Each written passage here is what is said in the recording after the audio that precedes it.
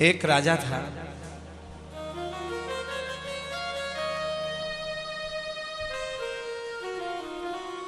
वो राजा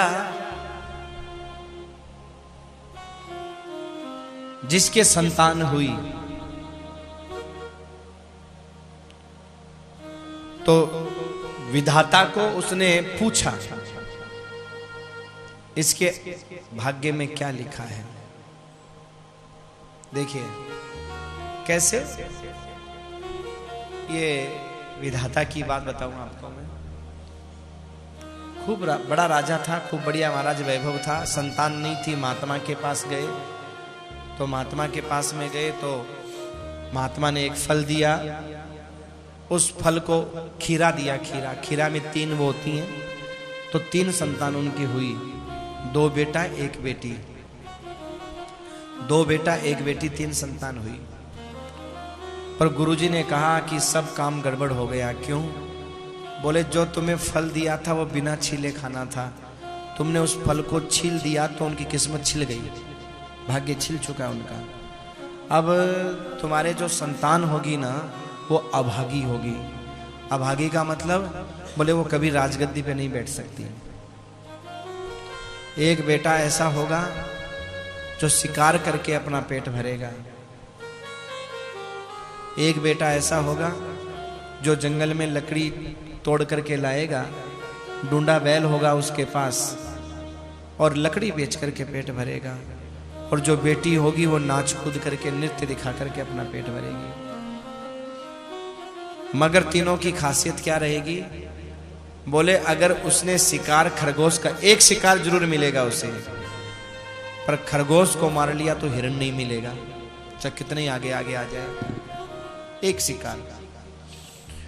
और जो लकड़ी काट करके लाएगा बेचेगा, उसके एक डूंडा बैल साथ में रहेगा, उसके दरवाजे पे डूंडा बैल रहेगा, डूंडे सिंग वाला बैल रहेगा। और जो लड़की होगी जो नृत्य दिखाएगी, चाहे कितना ही सुंदर नृत्य दिखा दे, पर किसी ने 1 रुपया निकाल के दे दिया तो दूसरा महाराज चवन्नी भी नहीं देगा निकाल के बाद में, बस उसे एक ने दे दिया वो दे दिया।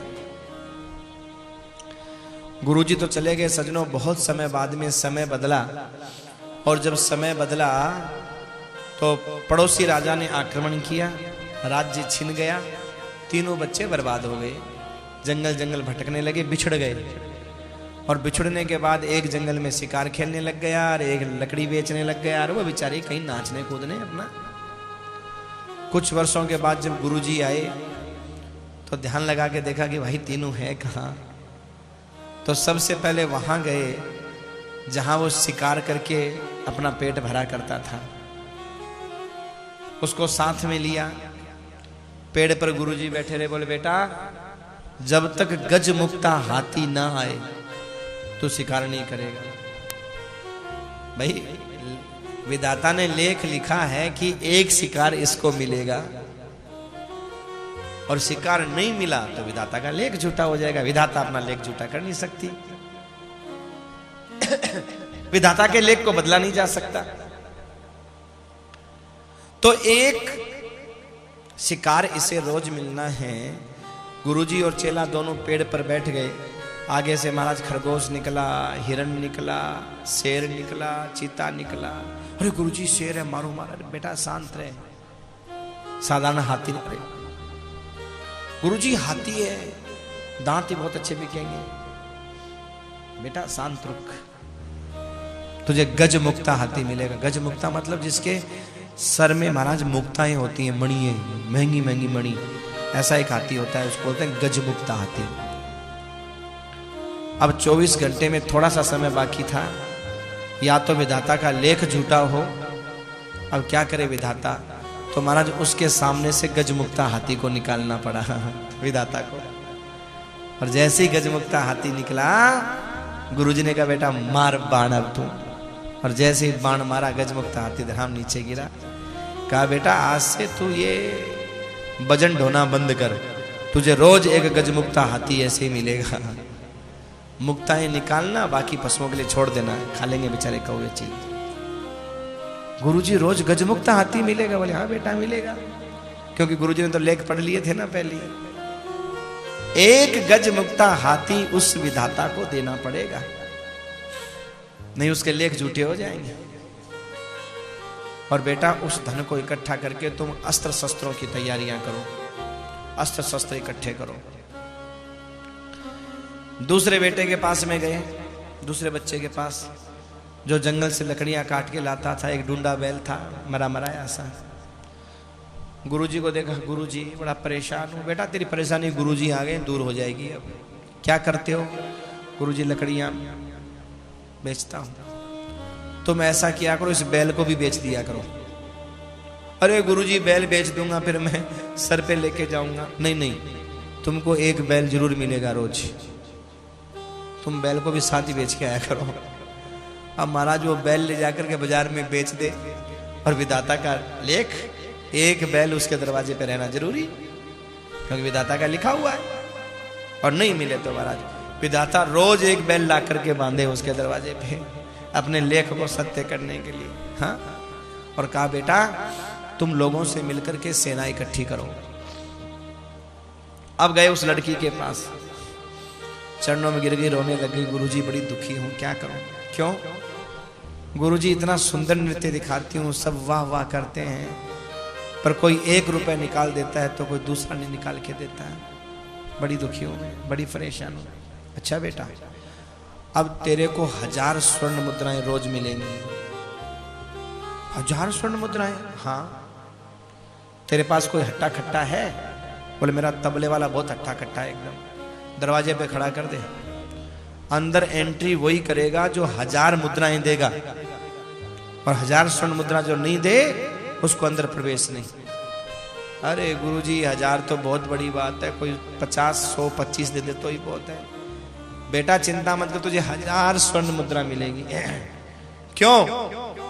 गुरुजी को पता है कि विधाता ने लेख लिखा है, एक ग्राहक जरूर इसको देगा, और उससे पहले किसी को नृत्य नहीं दिखाना। अब रात्रि को कोई पड़ोस का राजा बेचारा थका हारा आया, आश्रय लेना था, अंदर प्रवेश करने लगा। अच्छा, कोई जिद करके जाने लगे तो वो हट्टा खट्टा जो तवलची था उसने पकड़ करके दबा दे महाराज, सब भाग जाए छोटे मोटे तो।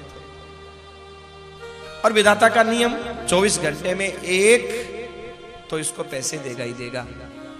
अब रोज 1000 स्वर्ण मुद्राएं उसको मिलने लग गई रोज। देखो विधाता का लेख बदला तो नहीं जा सकता, पर विधाता के लेख से भी हम खुश रह सकते हैं, तरीके से, बुद्धि से। अब सजनों उस कन्या से कहा तू राज्य की गुप्तचरी कर, और गुप्तचरी करके धन को इकट्ठा करती हुई तेरे भाइयों को हम वापस राज्य दिलाएंगे। अब सजनों बहुत दिनों के बाद में जब खूब धन इकट्ठा हो गया, अस्त्र शस्त्र इकट्ठे हो गए, सेना इकट्ठी हो गई, एक दिन राज्य पर आक्रमण कर दिया गुरुजी ने। गुरुजी हाथी पर बैठे, चेला चाटी सब हाथी पर बैठे, और गुरुजी चल बेटा। विधाता इतनी परेशान हो गई कि एक बूढ़ी माई का रूप बना करके हाथी के आगे आ गई जिसमें गुरुजी बैठे थे। तो महाराज महावत हाथी रुक गया। गुरुजी बोले हाथी चलाओ। कि महाराज क्या चलाए, एक बूढ़ी आगे पड़ी है, बूढ़ी माई। कह रहे बूढ़ी माई तो हट जा। विधाता हाथ जोड़ के कह रहे गुरुजी क्यों परेशान कर रहे हो, आपको पता है कि इनके नसीब में राज्य नहीं है, आप क्यों व्यर्थ कोशिश कर रहे हो, चेष्टा कर रहे हो। गुरुजी बोले हमने कब कहा इनको राजा बनाएंगे, फिर राज गद्दी के ऊपर तो हम इनके पिता की तस्वीर ही रखेंगे, राजा नहीं बनाएंगे इनको। ये तो सेवक बनकर के काम करेंगे, नौकर बन के काम करेंगे सारे के सारे। विधाता अगर तू इस परेशानी से बचना चाहती है तो दाएं हो जा, और अगर बाएं रहेगी तो रोज एक गज मुक्ता तुझे देना पड़ेगा, रोज एक डूंडा बैल देना पड़ेगा, और 1000 स्वर्ण मुद्राएं तुझे देनी पड़ेगी। अब विधाता महाराज परेशान होके क्या करती, दाएं हुई, राज्य पर महाराज आक्रमण हुआ, राजा को परास्त किया, और राज सिंहासन पर उनके पिता की फोटो बिठा करके उनको सुखी कर दिया। रहे तो वो पद में नौकरी करते रहे, पर सजनों गुरु कृपा से उन्होंने राज्य को प्राप्त कर लिया। कहने का मतलब क्या है, विधाता के लेख को बदला तो नहीं जा सकता, पर विधाता के लेख को समझा जा सकता है।